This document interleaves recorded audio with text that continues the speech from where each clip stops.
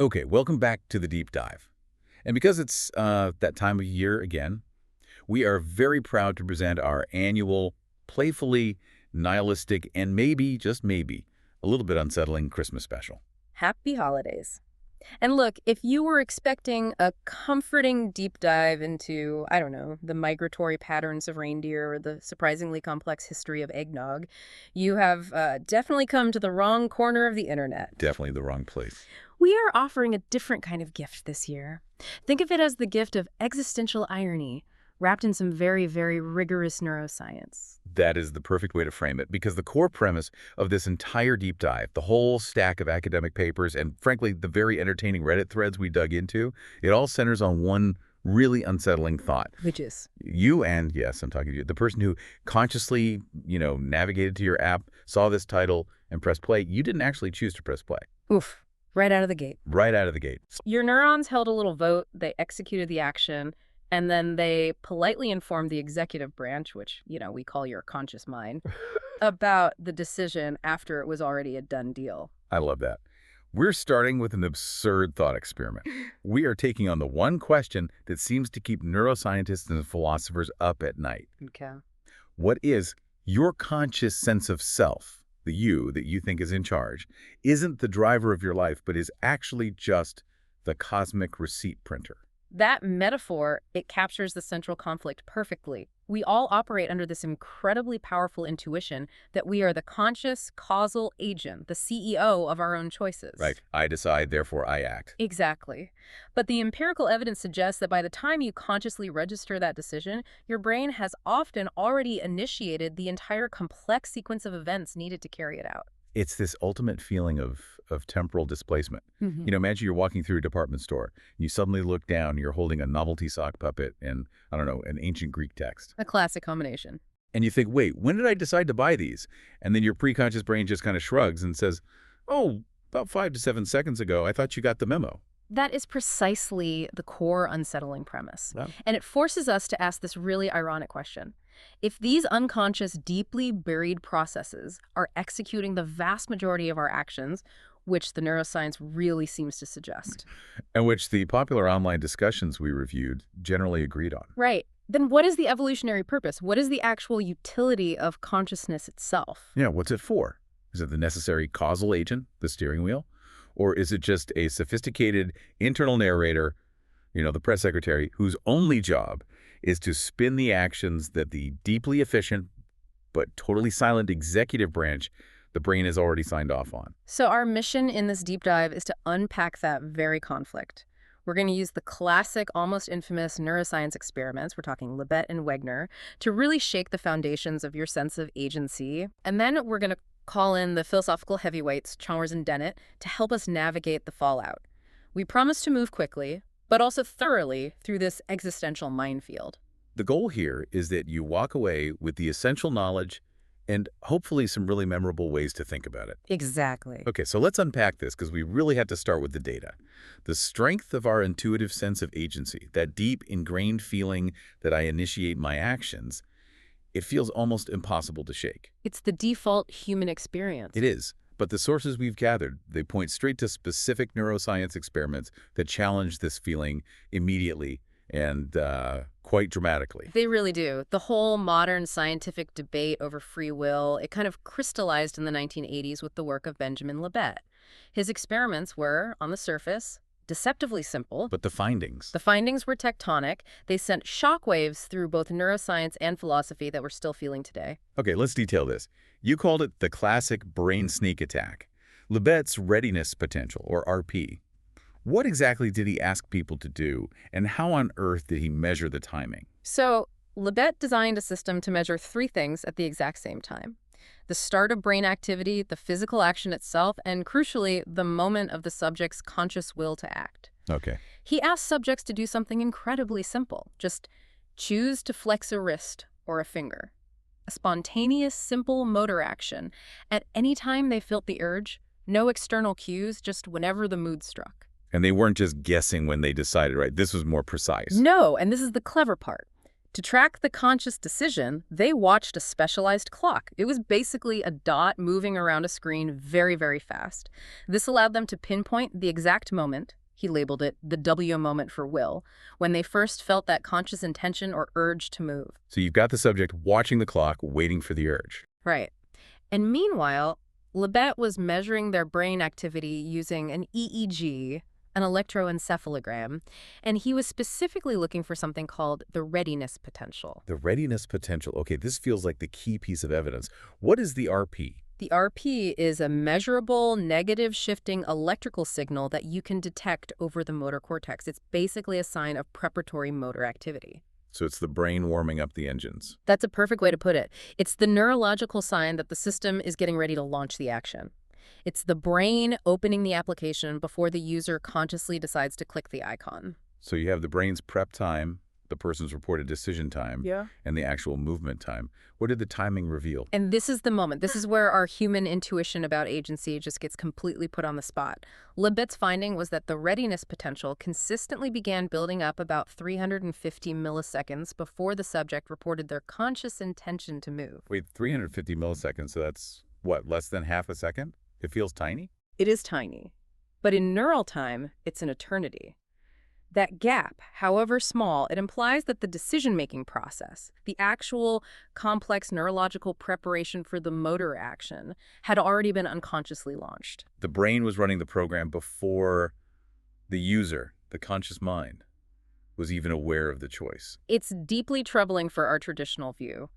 If the physical process of preparing the action comes before the conscious awareness of the intention, then the conscious intention cannot be the cause of the action. The causal chain is broken, or at least it doesn't start where we think it does. It suggests a causal chain starting well below the surface of our awareness. So consciousness is definitively late to the party. We're the press secretary who finds out about the president's major policy decision 350 milliseconds after the executive order was already signed, and then we have to scramble to write a coherent speech justifying it. That's the metaphor, exactly. And of course, critics immediately jumped on this. They attacked the methodology. How? They argued, and it's a fair point, that determining the exact timing of that W moment when someone subjectively felt the urge is inherently fuzzy and unreliable. Maybe people are just bad at introspection. Maybe they're reporting it late. That's a reasonable critique.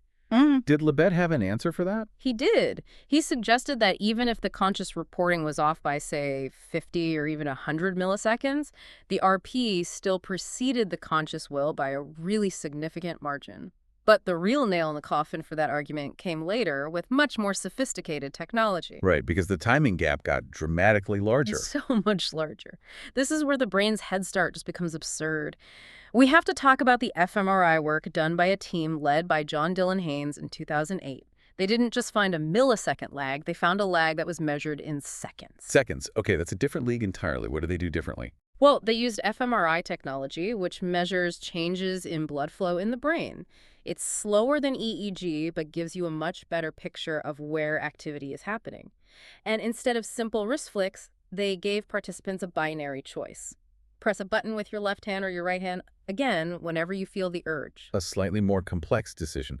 So how are they able to decode the choice so far in advance? They used sophisticated pattern recognition algorithms, like a form of machine learning, and they focused on specific brain regions, especially in the frontopolar cortex and the parietal lobe. These are areas involved in high-level planning and intention. So the computer's looking for a signature. Exactly, a signature pattern of activity. Yep. By analyzing these subtle patterns, they could reliably predict, with accuracy well above chance, which button the subject was going to press. And the predictive window, what was the final number? They found reliable predictive patterns up to 7 seconds before the subject reported making the conscious decision. 7 seconds. 7 seconds. And like you said before, given the inherent sluggishness of fMRI, there's this thing called the hemodynamic delay, a lag between when neurons fire and when blood flow changes. The actual neural decision was likely made even earlier, maybe closer to 10 seconds before the conscious mind knew. 10 seconds. That's not a sneak attack anymore. That's a pre-planned invasion of your own mind. I mean, 10 seconds is enough time to have a whole other thought. It is. It means the physical architecture of your brain, based on all its accumulated biases, memories, and drives, has already committed to a complex action long before the cognitive structure we call me gets the press release. The brain becomes this kind of oracle predicting and committing to your future behavior. and then your conscious self is just catching up to a physical reality that's already in motion. The implication is just profound, and it leads us perfectly to the conceptual framework that Daniel Wegner provided. He focused less on the brain timing and more on the feeling of agency itself. Right, Wegner's work on the illusion of conscious will.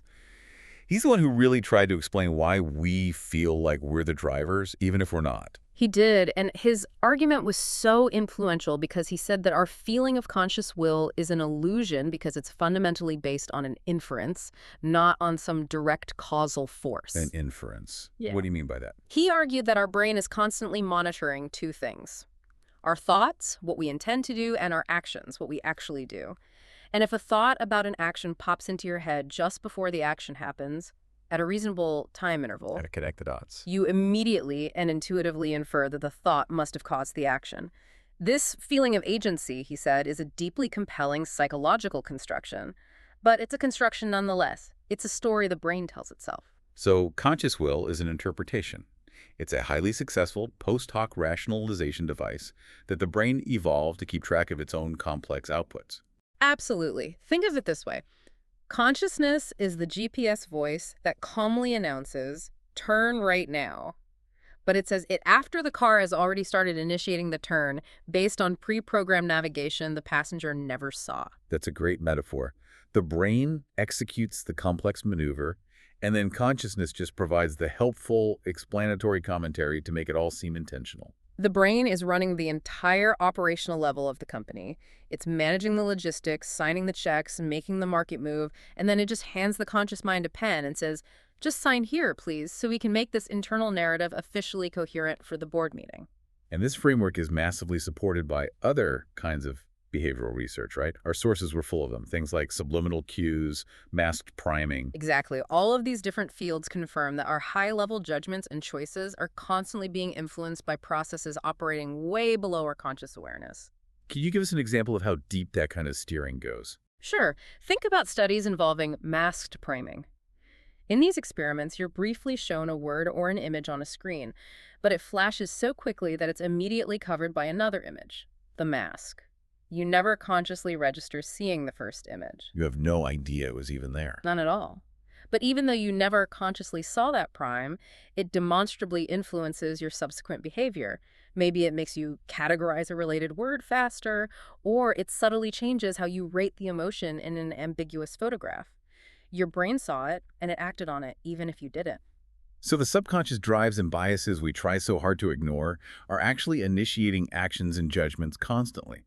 Even our ability to inhibit something or to pay attention can be triggered without us consciously deciding to do it. The conclusion from the neuroscience seems pretty unified on this point. The brain files the paperwork first, and that. Well, that brings us to the massive philosophical headache. This is the critical transition point. Science, armed with its fMRI machines and its super-fast clocks, kind of presents its damning evidence and then just steps away, leaving philosophy to stride in and try to categorize the inherent absurdity we've just uncovered. It's true. The data forces us to try and fit the mind-brain relationship into these really uncomfortable boxes, these philosophical isms. And we have to start with the prevailing scientific view, the one that most researchers just implicitly operate under: physicalism. Or, as we framed it in our notes, fancy meat. Fancy meat. It's a bit glib, but it gets the point across. Physicalism, or materialism, is pretty straightforward. Only physical substances and their properties exist. Therefore, mental states simply are brain states. There's nothing extra. So for a physicalist, what's the implication of Libet's findings? It doesn't seem to bother them that much. Not really. For a strict physicalist, Libet's experiment doesn't disprove causation at all. It just shows that the causal mechanism within the brain is a physical activity that happens below the level of conscious reporting. It's still just physical activity causing other physical activity. It's all contained within the system. So consciousness is just seen as an emergent phenomena. Exactly. It emerges from this incredibly complex, electrical, wet, fatty meat. The sheer complexity of all those interconnected neurons somehow gives rise to subjective experience, but it's still all physical at its root. The causal power remains in the physical world, just mediated by these neural networks. The brain is the decision maker. Consciousness is just a high-level description of an extremely coordinated, purely physical process. That's the view. The problem is, if you accept that physicalist stance, that the cause is physical, and you accept the Libet data that consciousness is consistently late to the party, you get pushed almost immediately toward a much more devastating conclusion. And that is epiphenomenalism. Yes. Let's talk about this really uncomfortable category, consciousness, now with 0 horsepower. It's such a bleak but funny framing. What is it? This is where the tension becomes really acute. Epiphenomenalism is the idea that conscious states, the subjective experience you are having right now, listening to this, are indeed real, but they are causally impotent. They're just byproducts. So they exist, but they don't do anything. They don't do anything. They accompany the decision, but they have absolutely no power to cause or alter the decision. It's the ultimate anticlimax. The conscious thought is this beautiful, sophisticated side effect. Like the smoke alarm? Exactly like the smoke alarm that goes off when the neural decision starts. The alarm is real, you can hear it, but it didn't cause the fire, and it sure can't stop the fire. It's just an inert narrative companion to the real event. And this view aligns perfectly with the most pessimistic, or maybe just the most straightforward, interpretations of Libet and Wegner. It does. If your brain already decided 7 seconds ago, then your conscious feeling of, I am deciding now, is simply a narrative add-on, a non-causal shadow that's being cast by the real physical processes. Philosophically, it's brutal. It completely strips consciousness of agency, but empirically, it's actually very hard to rule out. It just violates our lived experience so profoundly, though. It's so hard to reconcile the idea of being a completely inert passenger inside your own skull. It suggests that all those hours you spend deliberating over big life choices are just high-level post-hoc window dressing. It's incredibly counterintuitive, and this is why we should just briefly acknowledge the historical alternative, which is still compelling to a lot of people, interactionist dualism. Descartes. The ghost in the machine. The ghost in the machine, exactly. The classic Cartesian view that the mind and the body are separate things, and, crucially, that the non-physical mind can directly influence the physical body. It can pull the levers. But the modern evidence just doesn't support that, does it? For most scientists, no. The evidence from Libet and from the fMRI studies, it shows the causal arrow flowing so strongly from the physical brain to the conscious experience. It effectively removes the interactionist dualist from the mainstream scientific debate. The data just strongly suggests the physical brain is generating the mental awareness, not the other way around. Okay, so we've got the scientists telling us it's all fancy meat, and the data suggesting that this fancy meat has already made up its mind before the meat's conscious awareness registers the thought.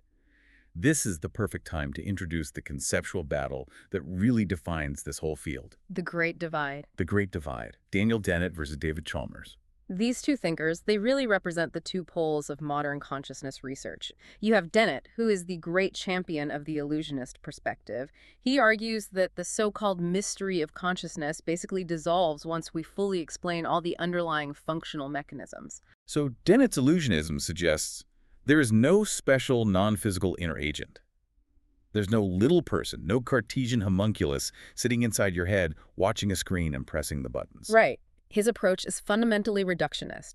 He sees consciousness as an emergent user illusion, the feeling that you are a unified, single, decisive self is just a very, very convincing graphic interface that your brain designed to manage all its inputs and outputs efficiently. So it feels real, but it's just a helpful, simplified model that's built on top of incredibly messy, parallel underlying code. That's a great way to put it. If your brain is the complex Linux command line, consciousness is the beautiful, user-friendly macOS interface that hides all the complexity. Dennett wants to explain how the magic trick works. And once you know the mechanism, the magic just disappears. Exactly. But then you have David Chalmers who stands up and says, that's all well and good. You've explained all the functions, but you've only explained the easy parts. And he accepts the functional description, right? He agrees. Yes, the brain processes information. Yes, it reports on data. He accepts all of that.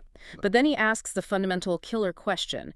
Yes, but why does the illusion feel like this? Why is there an experience at all? Exactly. Why is mere cognition, just information processing, accompanied by subjective experience? Why does the user interface have feelings?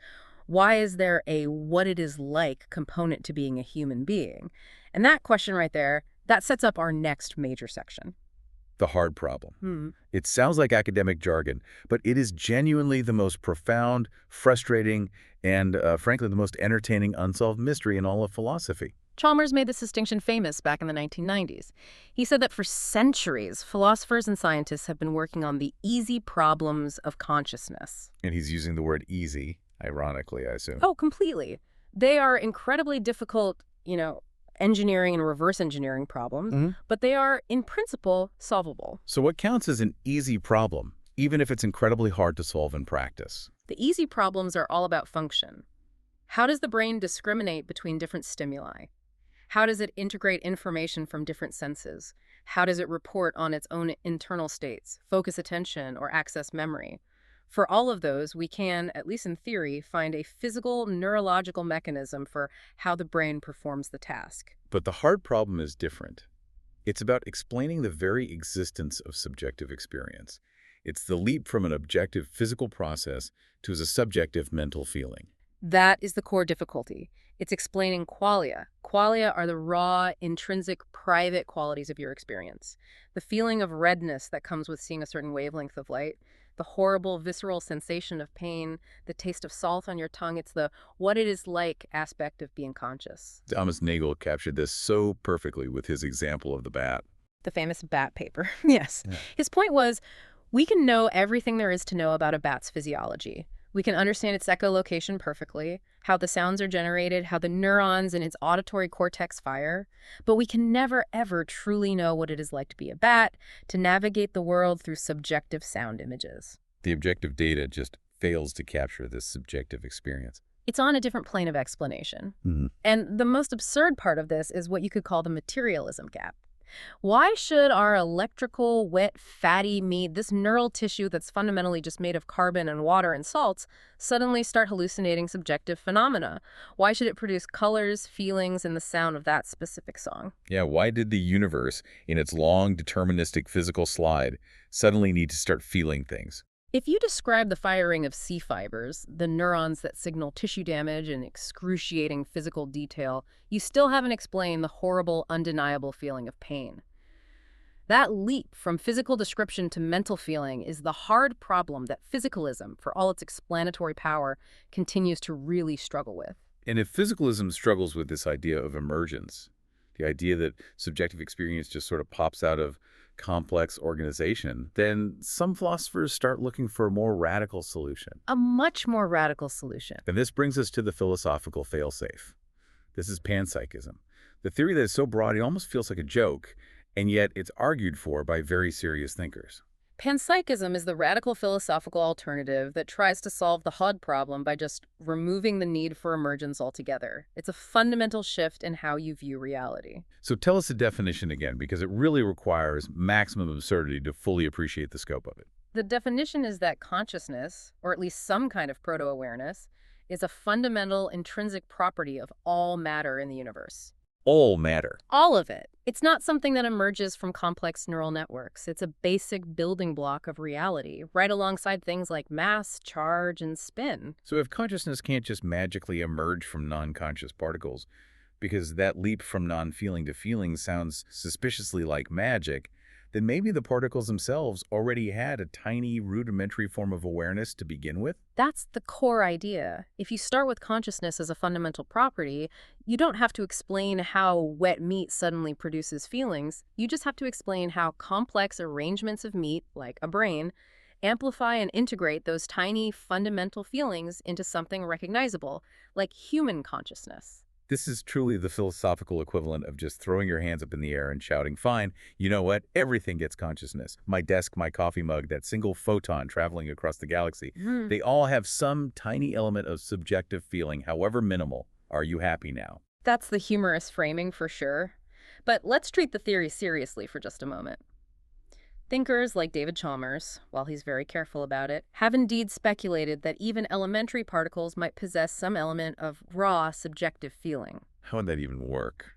The idea is that physical properties like mass or spin are the outward manifestations, what we can measure from the outside, and that they correspond to an intrinsic, inner, proto-conscious property that we can't measure.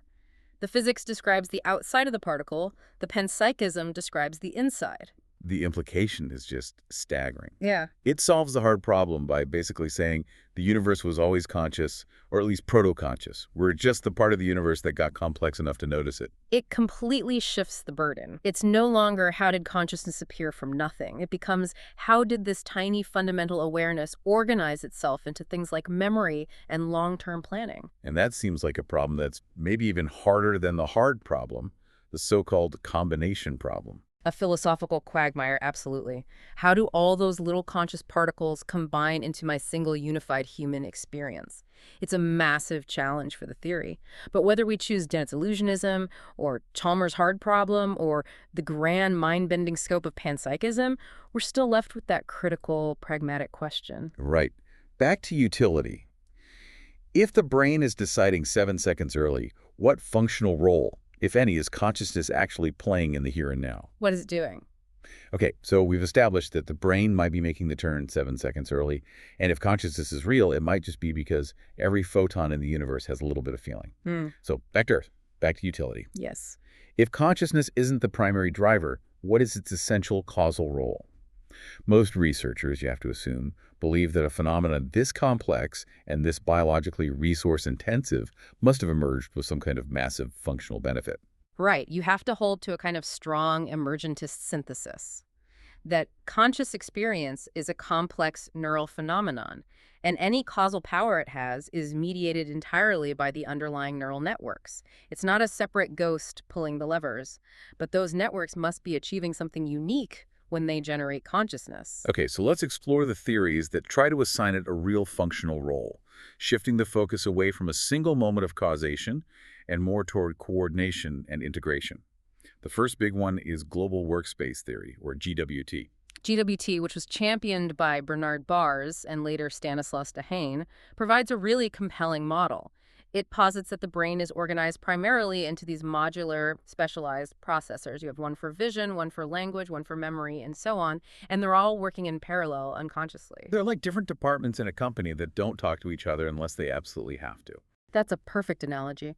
And consciousness under GWT corresponds to the information that gets broadcast to all of these specialized networks at the same time. It's this limited capacity central global workspace, or you could think of it as an internal bulletin board, where specific essential pieces of data are made available to the entire system. I still love our brain's group chat metaphor. Oh, it works so well. A piece of data, say, the deadline is today, is processed unconsciously by your time management module.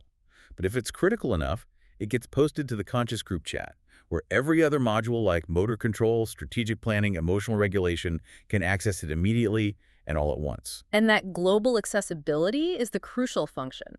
Unconscious processes are super fast and specialized, but they're isolated. They can't coordinate complex new behaviors. Consciousness is the bottleneck that ensures coherence across the whole system. It allows the brain to switch contexts, to reprioritize, and to respond flexibly to things it hasn't seen before. So it's not the CEO making the initial decision, but it is the highly efficient coordinator of information dissemination for novel problems. Precisely. And GWT also explains why we're only conscious of a tiny fraction of the information our brains are constantly processing. It's only the data that requires that global access that needs to coordinate a high-level novel action that makes it into the workspace. The rest is handled automatically.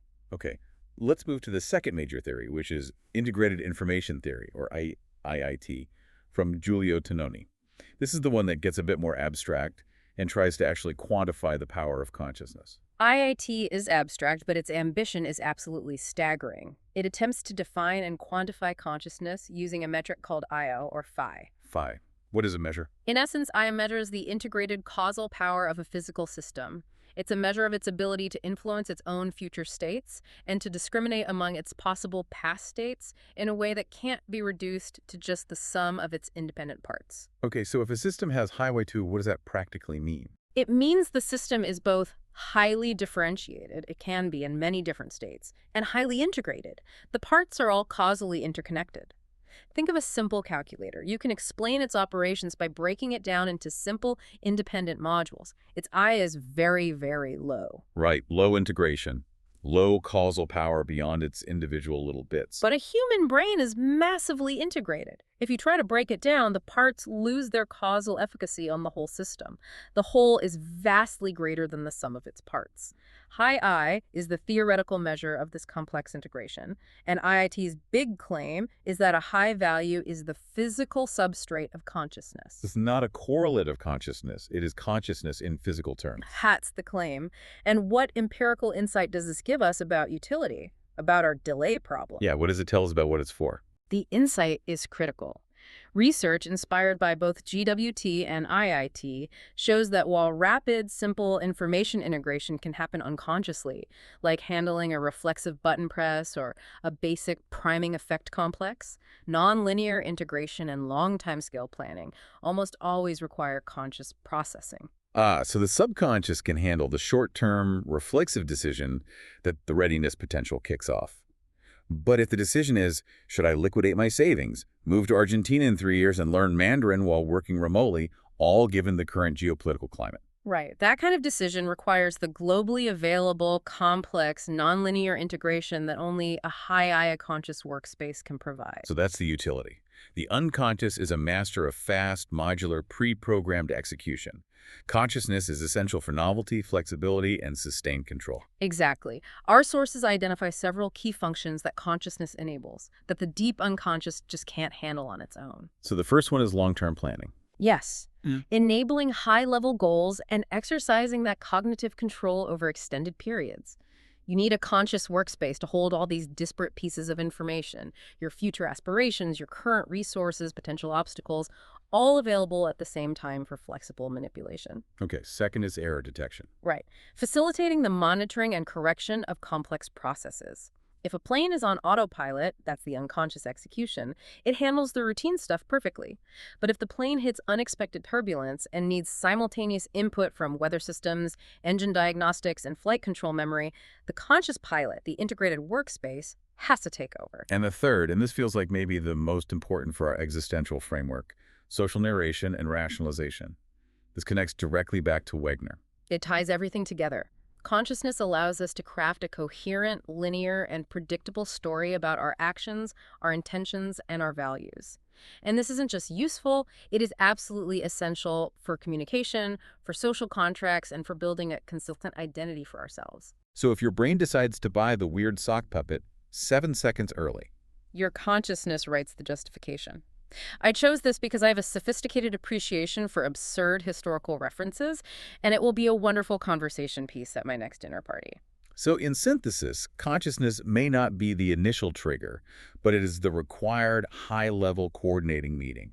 It's the mechanism that ensures all the autonomous departments, memory, motor, language, are aware of the major moves the operational level has already initiated. And that allows for a complex, coordinated response and, crucially, a social justification after the fact. This is the moment of reckoning. The listener has absorbed the data, your brain is the oracle, and your consciousness is the late-arriving newsreader. So if free will, at least in the sense of conscious initiation, is mostly an illusion, should we panic? Should we just resign ourselves to determinism and wait for our fancy meat to tell us what to do next? That's the natural human reaction. Right. And it's one that was definitely voiced in the online sources we reviewed. It's existential dread. If my sense of agency is mostly just a post-hoc inference, how can I ever feel responsible or even motivated to make a choice? It feels like we've been running on an empty tank of freedom this whole time. But that intuition of agency, even after all this empirical evidence, is incredibly strong. We just feel responsible, and we behave as if our deliberations matter.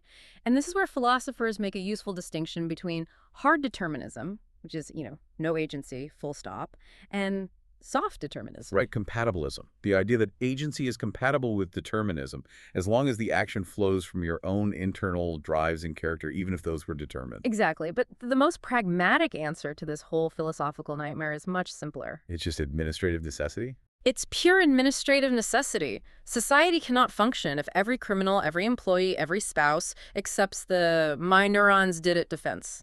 The social contract dictates that we must, for legal and social purposes, assign causation to the highest level of reporting, which is the conscious decision maker. You can just imagine the court transcript. Your Honor, I plead not guilty by reason of a premature readiness potential. My RP built up a full 350 milliseconds before my conscious intention to commit grand larceny, thus proving I was merely an inert spectator. To my brain's pre-programmed motor function, which was based on the accumulated biases of my environment. And the judge, whose brain is also running on deterministic neural networks and a deep-seated need for societal order, must reply, "That is a highly coherent narrative, sir, but for the smooth functioning of this social contract, we have to legally treat your conscious report as causal.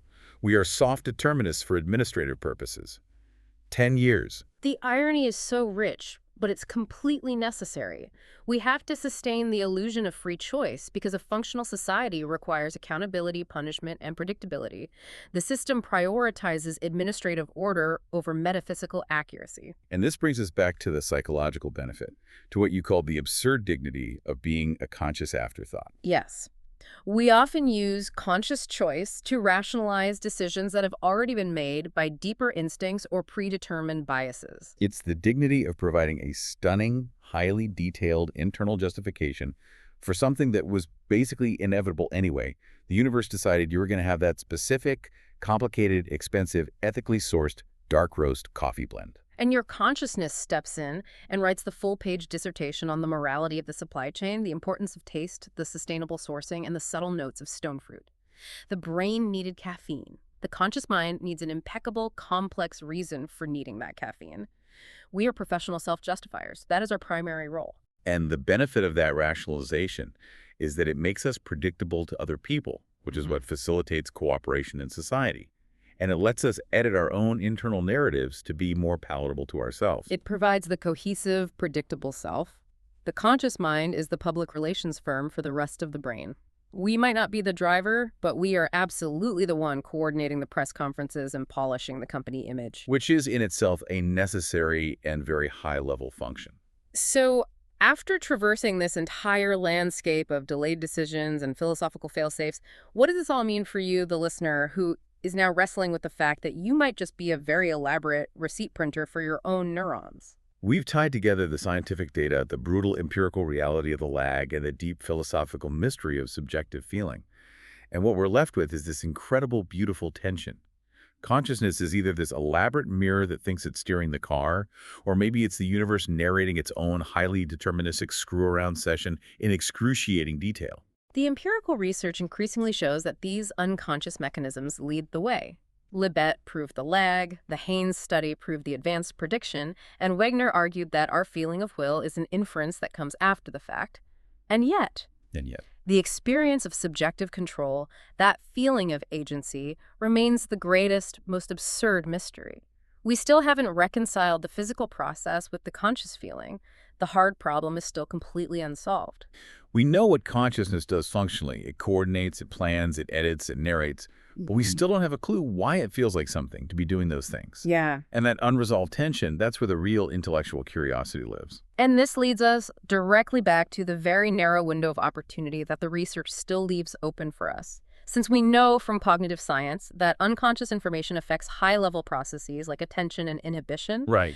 and since we know the readiness potential starts 350 milliseconds before our awareness, we have to seriously consider Libet's one potential reprieve for free will. Libet himself speculated about this tiny margin. If the decision is initiated unconsciously by the RP, is there a final, earliest possible point at which we can consciously intervene to veto a behavior that the readiness potential has already put in motion? This is the enduring tension. Libet suggested that perhaps consciousness doesn't initiate the act, but it might hold the power to initiate the inaction. It's the ability to say no to an action that's already underway. He placed this potential veto power in the final 50 to 100 milliseconds before the action is executed. That completely reframes the concept of freedom, doesn't it? Yeah. If we're not free to choose what to do, maybe we're still free to choose not to do it. It transforms free will from a causal initiator into a high-level, sophisticated cognitive editor. A veto, not a vote. This idea has massive implications for cognitive control, for self-discipline, even for therapeutic approaches. If you train yourself to consciously monitor and inhibit your pre-programmed unwanted responses, say an emotional outburst or a compulsive habit, you're exercising what might be the only possible remaining form of free will. It's the ultimate act of conscious editing on a pre-written script. That is definitely an idea worth chewing on, especially during a season that encourages both deep introspection and slightly chaotic consumption. You didn't choose to listen to this thought, and you didn't choose the final thought we just implanted, but here we are, thinking it together. Happy holidays.